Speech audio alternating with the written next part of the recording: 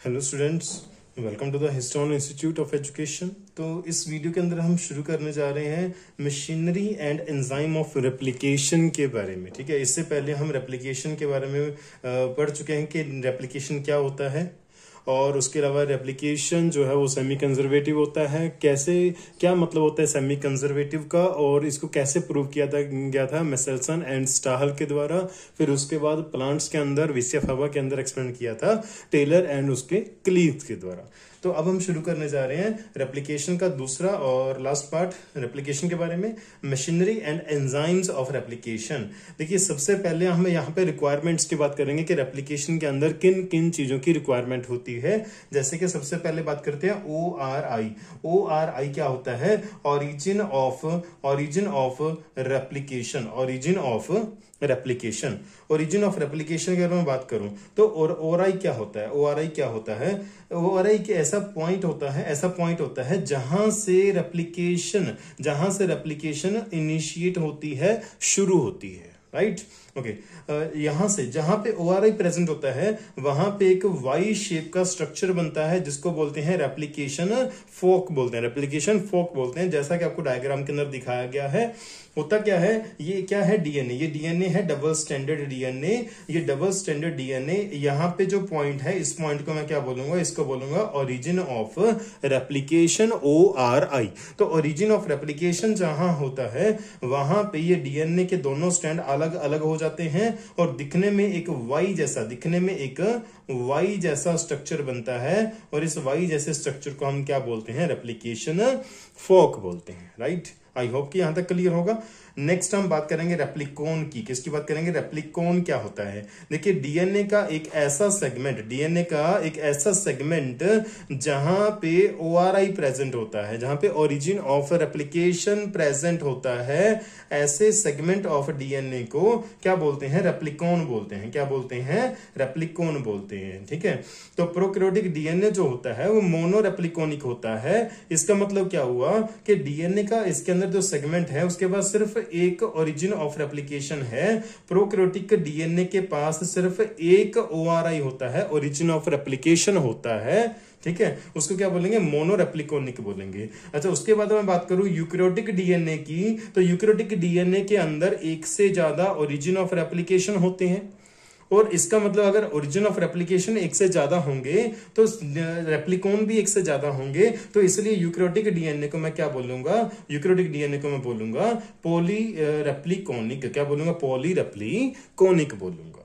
ठीक है, उसके बाद देखिए, उसके बाद मैं बात करना चाहूंगा डीऑक्सी न्यूक्लियोसाइड ट्राइफॉस्फेट। ठीक है, यहां पे आप डीऑक्सी राइबो न्यूक्लियोसाइड ट्राइफॉस्फेट भी बोल सकते हो। राइबो वर्ड यहां पे यूज करो ना करो उससे कोई मैटर नहीं करता। एनसीईआरटी के अंदर भी बिना राइबो के इस वर्ड को यूज किया गया है। राइट, तो डीऑक्सी न्यूक्लियोसाइड ट्राइफॉस्फेट जो होते हैं उसके दो फंक्शन होते हैं। ठीक है, अच्छा, दो फंक्शन क्या होते हैं? देखिए, अगर मैं इसको डायग्राम की एक्चुअल फॉर्म के अंदर दिखाऊं तो मैं ये बोल सकता हूं, जैसे मान लो ये मेरे पास क्या है? ये हमारे पास है एडिनोसिन। कौन सा एडिनोसिन? Deoxy adenosine.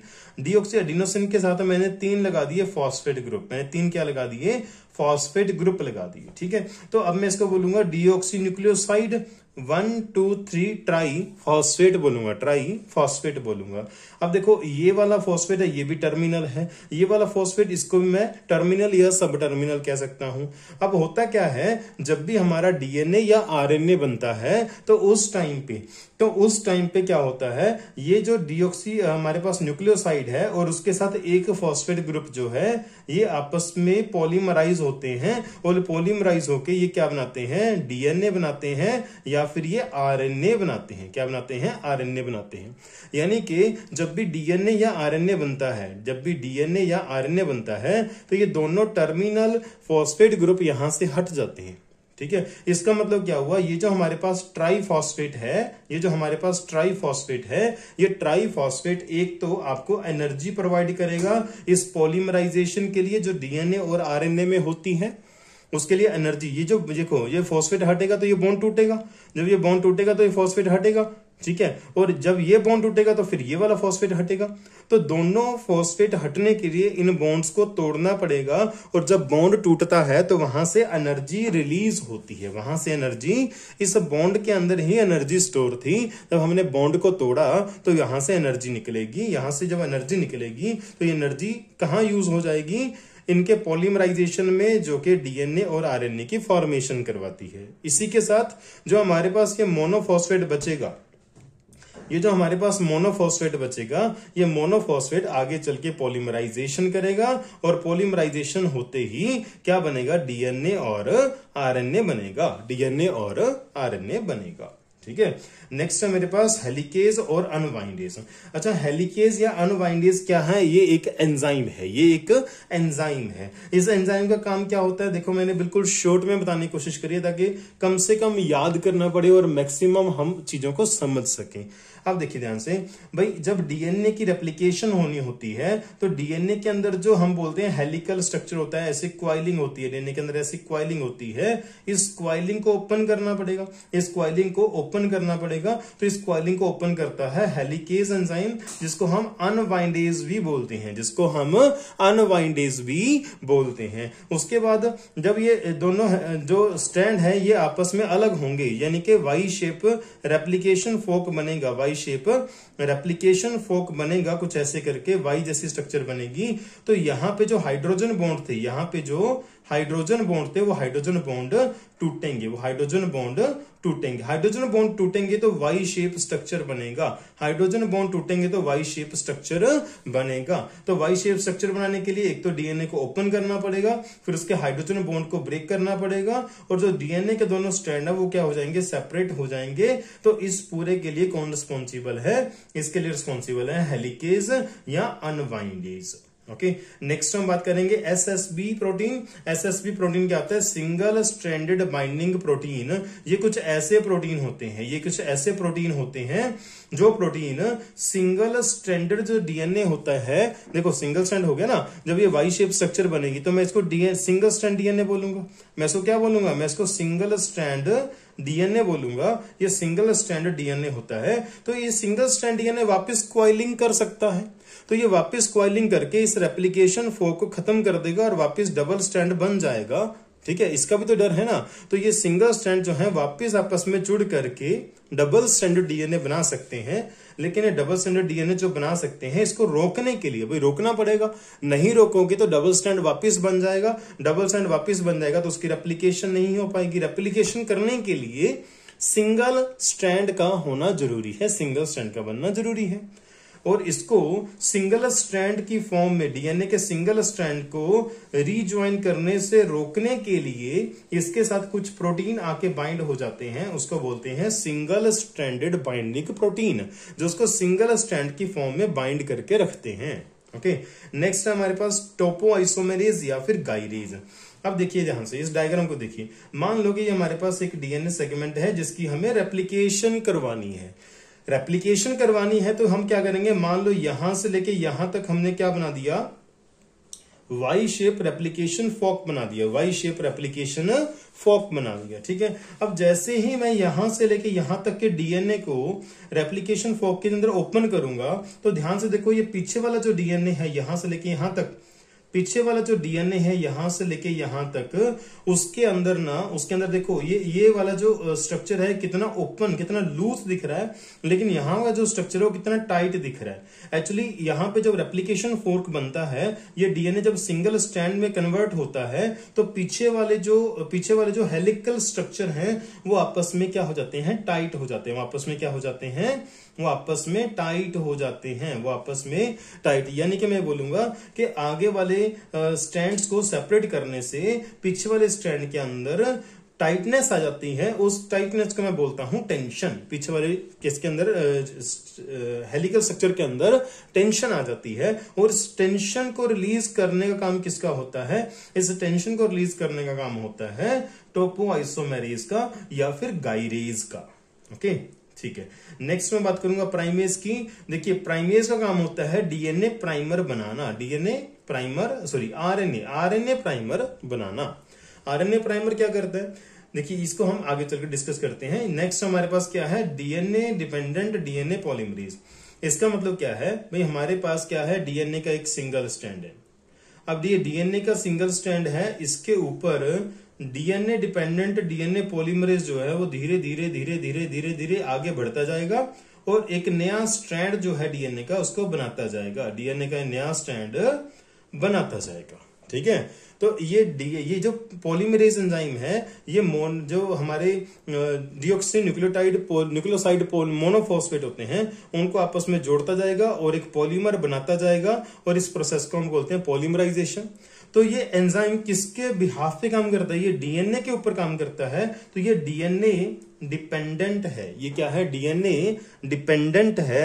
ओके, अच्छा डीएनए डिपेंडेंट है और ये पॉलीमर किसका बनाता है, ये डीएनए का ही पॉलीमर बनाता है। तो ये डीएनए डिपेंडेंट डीएनए पॉलीमर बनाता है, तो इसका नाम है DNA dependent DNA polymerase enzyme. Okay, अच्छा अब देखिए इसके अंदर क्या, polymerization of nucleotides according to the template strand of DNA. यहां पे मैं लिख देता हूं ऑफ डीएनए। ये डीएनए का जो हमारे पास क्या है टेम्पलेट, देखिए जिस सिंगल स्ट्रैंड ऑफ डीएनए के बिहाफ पे ये एंजाइम काम करता है, जो पहले वाला स्ट्रैंड है इसको हम बोलते हैं टेम्पलेट स्ट्रैंड। क्या बोलते हैं इसको, टेम्पलेट स्ट्रैंड बोलते हैं, टेम्पलेट स्ट्रैंड बोलते हैं। तो ये टेम्पलेट स्ट्रैंड है, इस टेम्पलेट स्ट्रैंड के ऊपर नए न्यूक्लियोटाइड लगते हैं और उनकी चेन बनती जाती है। चेन बनने को पॉलीमराइजेशन बोलते हैं और फाइनली एक न्यू डीएनए स्ट्रैंड बन जाता है, न्यू डीएनए स्ट्रैंड बन जाता है, जिससे कि डबल स्टैंडर्ड डीएनए स्ट्रक्चर बन जाएगी, डबल स्टैंडर्ड डीएनए स्ट्रक्चर बन जाएगी। राइट, अच्छा दूसरी बात, जो ये एंजाइम होता है, ये एंजाइम होता है, ये पॉलीमराइजेशन करता है, पॉलीमराइजेशन करता है 2000 बेस पेयर की एक सेकंड के अंदर, 2000 बेस पेयर की एक सेकंड के अंदर। ध्यान देना, ये जो स्पीड मैं आपको इस पॉलीमराइजेशन की बता रहा हूं इस एंजाइम के थ्रू, ये स्पीड किसकी है, ये स्पीड बैक्टीरिया के अंदर बताई जाती है, स्पीड बैक्टीरिया के अंदर बताई जाती है, ये हमारे अंदर ये स्पीड नहीं बताई जाती। ध्यान रखना, ये वैल्यू बैक्टीरिया के अंदर बताई गई है अकॉर्डिंग टू एनसीईआरटी। राइट, और ये काफी एफिशिएंट होता है, ये बहुत ज्यादा एफिशिएंट यानी कि फास्ट होता है, बहुत कम टाइम में बहुत ज्यादा बेस पेयर को ऐड करके एक लंबा डीएनए स्ट्रैंड बना सकता है, हाईली एफिशिएंट होता है और ये काफी अच्छे से काम करता है, यानी कि इसके काम में करेक्शंस आने की यानी कि म्यूटेशन आने के चांस काफी कम हो जाते हैं। नेक्स्ट हम प्रोसेस को समझने वाले हैं कि रेप्लिकेशन के अंदर होता क्या है। इमेजिन करें ये हमारे डीएनए के दो स्ट्रैंड हैं, ये हमारे डीएनए के दोनों स्ट्रैंड हैं।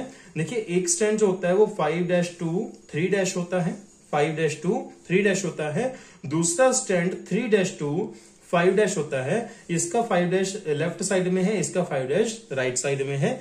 ऊपर वाले स्ट्रैंड का 3- राइट साइड में है, नीचे वाले स्ट्रैंड का 3- लेफ्ट साइड में है। तो मैं इन दोनों स्ट्रैंड को क्या बोलूंगा, एंटी पैरेलल। क्या बोलूंगा, दोनों को एंटी पैरेलल बोलूंगा। अच्छा हेलिकेज एंजाइम आएगा भाई, हेलिकेज या इसको अनबाइंडेज भी बोलते हैं। और ये देखो ये आ गया हमारा हेलिकेज एंजाइम, ये क्या आ गया हमारा हेलिकेज एंजाइम।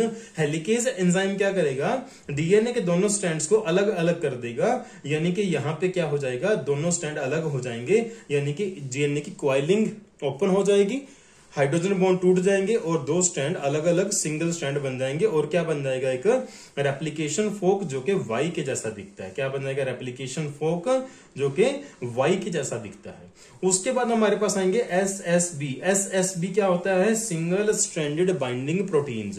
ये प्रोटीन आएंगे और ये प्रोटीन आके इस सिंगल स्ट्रैंड के ऊपर बाइंड कर जाएंगे, कुछ ऐसे जैसे कि डायग्राम के अंदर दिखाया गया है।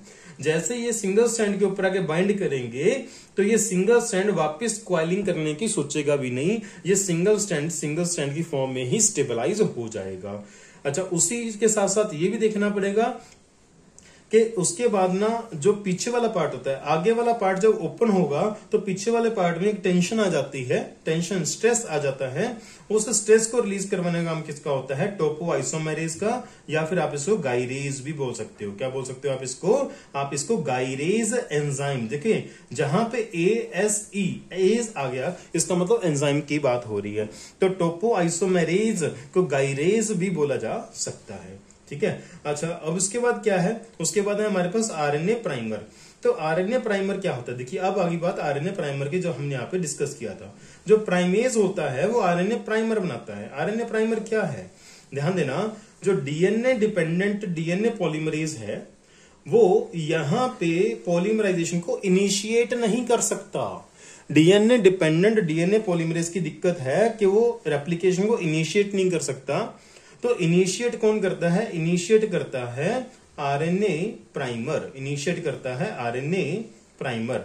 आरएनए प्राइमर है क्या? आरएनए प्राइमर ये कोई एंजाइम नहीं है। आरएनए प्राइमर आरएनए की एक छोटी सी सीक्वेंस है। आरएनए की छोटी सी सीक्वेंस है। आरएनए की छोटी सी सीक्वेंस है और इस सीक्वेंस के आगे जो हमारा डीएनए डिपेंडेंट डीएनए पॉलीमरेज है वो आगे अपनी प्रोसेस को शुरू कर सकता है। ओके, तो ध्यान देना, जब भी पॉलीमराइजेशन होती है, डीएनए डिपेंडेंट डीएनए पॉलीमरेज जब भी पॉलीमराइजेशन करता है तो ये हमेशा 5' से शुरू होके 3' की ओर ग्रो करता है। 5' से 3' की ओर ग्रो करता है। अब सोचने वाली बात है कि हमारे पास डीएनए के 2 स्ट्रैंड हैं। एक है ये जहां जिसका ओपन एंड कौन सा है? 3', दूसरा है 5'। तो 3' है उसके ऊपर जब दूसरा स्टैंड बनेगा तो दूसरे स्टैंड का 5' इस पॉइंट पे आएगा, उसका 3' आगे वाले पॉइंट पे जाएगा। तो ये वाला जो स्टैंड है आगे वाले डायग्राम में, ये वाला स्टैंड तो कंटिन्यूसली आगे बढ़ता रहेगा बढ़ता रहेगा बढ़ता रहेगा। लेकिन जो दूसरा स्टैंड है जिसका एंड ये 5' यहां पे फ्री है तो उसके ऊपर बनने वाला दूसरा स्टैंड होगा उसका 5' इस साइड होगा। तो आप यहां से शुरू करोगे दूसरे स्टैंड की फॉर्मेशन, तो यहां पे एक प्राइमर लगेगा और पॉलीमरेज इस डायरेक्शन में स्टैंड को बनाएगा 5' to 3'। न्यू स्टैंड जो है हम उसके 5' और 3' की बात कर रहे हैं पुराने स्टैंड के हिसाब से, राइट। अब सोचो एक चीज, जो हमारा 5' to 3' टेम्पलेट स्टैंड है उसके ऊपर जब नया स्टैंड बनेगा ये 5' इसका 5' इस डायरेक्शन में होगा और 3' इस डायरेक्शन में होगा। तो ये तो कंटिन्यूसली ग्रो करता जाएगा, कंटिन्यूसली ग्रो करता जाएगा। लेकिन जो दूसरा स्टैंड है उसके अंदर क्या होगा? यहां पे प्राइमर लगा और ये यहां तक ग्रो करेगा। फिर ये वाला स्ट्रेच जब ओपन होगा तो इसके लिए एक नया प्राइमर आएगा और फिर से इस प्रोसेस को शुरू करेगा। यानी कि यहां पे तो डीएनए की सिंथेसिस कंटिन्यूसली होती रहेगी और दूसरे स्टैंड के ऊपर डीएनए की जो सिंथेसिस होगी वो कंटिन्यूसली नहीं होगी, वो डिसकंटिन्यूसली होगी। वो कैसी होगी? डिसकंटिन्यूसली होगी। तो यहां पे कंटिन्यूस स्ट्रैंड बनता जा रहा है, उस स्ट्रैंड को लीडिंग स्ट्रैंड बोलते हैं। और जहां पे डीएनए का स्ट्रैंड कंटिन्यूस नहीं बन रहा, छोटे छोटे फ्रेगमेंट बना रहा है, तो उन फ्रेगमेंट को बोलते हैं ओकाजाकी फ्रेगमेंट। और ओकाजाकी फ्रेगमेंट डिसकंटिन्यूस होते हैं और उसको लैगिंग स्ट्रैंड बोलते हैं। उसको क्या बोलते हैं? लैगिंग स्ट्रैंड बोलते हैं, राइट। अच्छा, अब लैगिंग स्ट्रैंड को कंटिन्यूस स्ट्रैंड कैसे बनाएंगे? अब तो छोटे छोटे टुकड़े बन जाएंगे डीएनए के। तो हमारा डीएनए लाइगेज जो होता है वो क्या करता है? इन स्ट्रैंड को आपस में जोड़ता है। बाइंड टुगेदर ओकाजाकी फ्रेगमेंट, वो ओकाजाकी फ्रेगमेंट्स को आपस में बाइंड कर देता है, आपस में जोड़ देता है, राइट। ओके, उसके बाद फाइनली हमारे पास फिर से क्या बन जाते हैं? 2 डीएनए। एक डीएनए से 2 डीएनए बन के तैयार हो जाते हैं। इसको बोलते हैं रेप्लिकेशन। अब 2-4 इंपोर्टेंट पॉइंट जो एनसीईआरटी के अंदर मेंशन किए गए हैं उसको देख लेते हैं। भाई, एशेरिशिया कोलाई के अंदर कितने बेस पेयर होते हैं? 4.6 × 10⁻⁶ बेस पेयर। अच्छा, एशेरिशिया कोलाई डिवाइड करता है पूरे 20 मिनट्स के अंदर। एशेरिशिया कोलाई 20 मिनट्स के अंदर डिवाइड करता है और ये अपनी रेप्लिकेशन को कंप्लीट करता है 18 मिनट्स के अंदर। और इसके अंदर प्रेजेंट जो डीएनए डिपेंडेंट डीएनए पॉलीमरेज होता है वो 1 सेकेंड के अंदर 2000 बेस पेयर को 1 सेकेंड के अंदर क्या कर देता है? पॉलीमराइज कर देता है और एक डीएनए स्टैंड बना के तैयार कर देगा। इस प्रकार इतने जो हमारे पास बेस पेयर है इसको 18 मिनट्स के अंदर पूरा का पूरा डीएनए रेप्लिकेट करके कॉपी बना देता है और बचे हुए 2 मिनट के अंदर सेल डिवाइड करके 2 सेल बन जाते हैं। During recombination DNA procedures it needs a vector to replicate DNA. देखिए, जब भी रिकॉम्बिनेंट डीएनए टेक्नोलॉजी हम यूज करते हैं तो वहां पे हमें क्या करना होता है? वहां पे हमने अपने किसी डीएनए मॉलिक्यूल की जब रेप्लिकेशन करवानी होती है तो हमें वेक्टर की जरूरत होती है। क्यों? क्योंकि डीएनए मॉलिक्यूल अपने आप रेप्लिकेट नहीं करेगा, उसको रेप्लिकेट करवाने के लिए ओरिजिन ऑफ रेप्लिकेशन चाहिए। और ओरिजिन ऑफ रेप्लिकेशन किसके पास होता है? वेक्टर के पास होता है। इसीलिए रिकॉम्बिनेंट डीएनए टेक्नोलॉजी में, प्रोसीजर में आरएनए डीएनए मॉलिक्यूल की रेप्लिकेशन करवाने के लिए वेक्टर की जरूरत होती है, राइट। ओके, अच्छा, उसके बाद इन यूकैरियोटिक सेल्स, अगर मैं यूकैरियोटिक सेल के अंदर बात करूं तो जो डीएनए की रेप्लिकेशन होती है वो सेल साइकिल के कौन से फेज में होती है? वो सेल साइकिल के एस फेज में होती है, वो सेल साइकिल के एस फेज में होती है, राइट। उसके बाद DNA replication and cell division are highly coordinated. ध्यान रखना, सेल डिवीजन, किसी सेल की जो सेल डिवीजन होती है और जो डीएनए रेप्लिकेशन होती है वो दोनों क्या होती हैं? वो हाईली कोऑर्डिनेटेड होती हैं, वो हाईली कोऑर्डिनेटेड होती हैं। यानी कि अगर मान लो कि सेल डिवीजन जो है वो डीएनए रेप्लिकेशन के बाद नहीं हो पाती, फेलियर हो जाती है, राइट। यानी कि डीएनए रेप्लिकेशन तो हो गई लेकिन सेल डिवाइड नहीं हुआ, सेल डिवाइड होने से फेल हो गया। तो सोचो, एक ही सेल के अंदर जितना डीएनए होना चाहिए था अब उसके अंदर पहले से डबल डीएनए है, क्योंकि डीएनए रेप्लिकेशन हो चुकी है। जितना डीएनए पहले था उतना ही डीएनए और बन चुका है। तो जो सेल है वो सेल के अंदर क्रोमोसोमल एनोमली आ जाएगी और उस क्रोमोसोमल एनोमली को क्या बोलते हैं? पॉलीप्लॉइडी। क्या बोलते हैं? पॉलीप्लॉइडी। तो जो टॉपिक हमने डिस्कस किया इसके बेस पे कुछ क्वेश्चंस हैं, क्वेश्चंस को देखते हैं। The main enzyme of replication के लिए कौन सा एंजाइम जिम्मेदार था? भाई हमारे पास है DNA dependent DNA polymerase. Next है जी, choose correct statement with regard to efficiency of DNA polymerase. भाई जो डीएनए पॉलीमरेज है डीएनए डिपेंडेंट डीएनए पॉलीमरेज, तो भाई आप इसके रिगार्डिंग एफिशिएंसी के रिगार्डिंग करेक्ट स्टेटमेंट को ढूंढोगे। वीडियो को पॉज करें और आप कमेंट सेक्शन में जाके इस क्वेश्चन का अपने आप आंसर दें, ठीक है। तब तक हम क्वेश्चन को देखते हैं। 46 मिनट के अंदर बैक्टीरिया डिवाइड करता है, बिल्कुल कर दो गया जी। उसके बाद ये 2000 बेस पेयर पर मिनट, ये नहीं है, यहाँ पे सेकंड आएगा जी, और यहाँ पे 20 मिनट्स आएगा। ओके सॉरी, रेप्लिकेशन है तो 18 मिनट्स आएगा। उसके बाद polymerization accuracy is very high and very fast. Third is the right answer. What is the function of deoxyribonucleoside triphosphate? deoxyribonucleoside triphosphate का फंक्शन क्या है? वीडियो को पॉज करें और कमेंट सेक्शन में जाके आंसर करें। देखते हैं कितने लोग इसका आंसर दे पाते हैं। It act as substrate, yes ये सबस्ट्रेट की तरह काम करता है। प्रोवाइड एनर्जी फॉर पॉलीमराइजेशन, ये पॉलीमराइजेशन के लिए एनर्जी प्रोवाइड करता है। Both 1 and 2 it is product formed after polymerization. नहीं, आंसर आएगा थर्ड ऑप्शन, ये सबस्ट्रेट और एनर्जी प्रोवाइडर दोनों की तरह काम करता है। Two strands of DNA can not be separated in their length. दो स्ट्रैंड्स होते हैं डीएनए के, उनको उनकी पूरी लेंथ में सेपरेट नहीं किया जा सकता, ये बिल्कुल सही लिखा है। Separation require very high energy. वही जो डीएनए रेप्लिकेशन होती है वो एक एनर्जी एक्सपेंसिव प्रोसेस होती है। ऐसा क्यों? ऐसा इसलिए क्योंकि जो दो स्ट्रैंड है ना, दोनों स्ट्रैंड को अलग करने में बहुत ज्यादा एनर्जी खर्च होती है। इसलिए पूरे डीएनए स्ट्रैंड को हम अलग नहीं कर सकते, हम थोड़ा थोड़ा रेप्लिकेशन फोर्क बनाते जाते हैं, क्योंकि थोड़ी थोड़ी एनर्जी हमारे पास आती रहती है। कहां से आती रहती है? ट्राइफॉस्फेट से। और इस प्रकार हम बोल सकते हैं कि हम डीएनए के दोनों स्ट्रैंड को सेपरेट नहीं करते, क्योंकि वो काफी एनर्जी एक्सपेंसिव होती है। तो आंसर क्या आएगा हमारे पास? First option. पॉलीमराइजेशन जो होती है डीएनए पॉलीमरेज से, वो कौन सी डायरेक्शन में होती है? वो होती है 5' to 3' direction only. The template of replication fork with the polarity 5' to 3' is, भाई जो टेम्पलेट है, जो पहले से 5' to 3' है, उसके ऊपर जो नया स्टैंड बनेगा, उसके ऊपर क्या बनेगा? उसके ऊपर जो हमारे पास स्टैंड बनेगा न्यू, वो कैसा बनेगा? वो बनेगा डिसकंटिन्यूस। क्या बनेगा? Discontinuous, right. जो पहले से 3' to 5' है उसके ऊपर बनेगा कंटिन्यूस स्टैंड, तो हमारे पास आएगा थर्ड ऑप्शन। क्या आएगा? Third option, right. नेक्स्ट है, हम इसको एक्सप्लेन कर लेते थोड़ा सा ना, कंफ्यूजन हो सकती है कुछ लोगों को। जैसे मान लो कि मैं बात कर रहा हूँ इस स्टैंड की, ठीक है, इस स्टैंड की। अब इसकी पोलैरिटी है ये, मान लो कि 3' to 5', और दूसरा स्टैंड हमारे पास ये है ऐसे करके 5' to 3'। तो इसके ऊपर जो स्टैंड बनेगा वो तो बनेगा कंटिन्यूस। क्या बनेगा? वो कंटिन्यूस, ठीक है। अच्छा एक सेकंड रुकते हैं, देखते हैं इसको। तो जो 5' to 3' है उसके ऊपर कंटिन्यूस स्टैंड बनेगा, अच्छा उसके बाद जो टेम्पलेट्स हैं 3' to 5' है उसके ऊपर बनेगा डिसकंटिन्यूस। तो आंसर आएगा हमारे पास second option, continuous and discontinuous.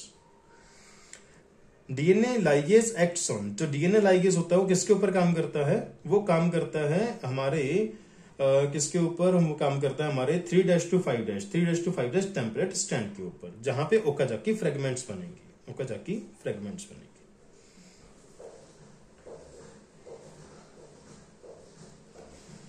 उसके बाद हमारे पास replication is eukaryotes takes place S phase के अंदर एप्लीकेशन होती है, किसी को डाउट नहीं होना चाहिए।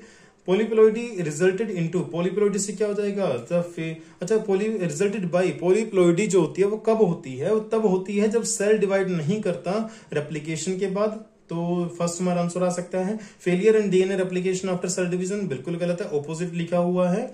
ए failure in cell division before DNA replication, ये भी नहीं होगा, तो हमारा आंसर क्या आएगा, फर्स्ट ऑप्शन। जब सेल डिवीजन फेलियर हो जाती है सेल डीएनए रेप्लिकेशन के बाद, डीएनए रेप्लिकेशन के बाद।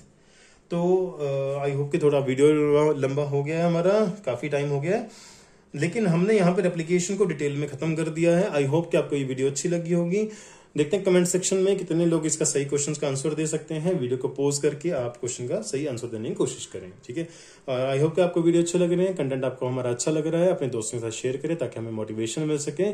Please like, comment and subscribe our YouTube channel and share with your friends. Thank you, have a nice day.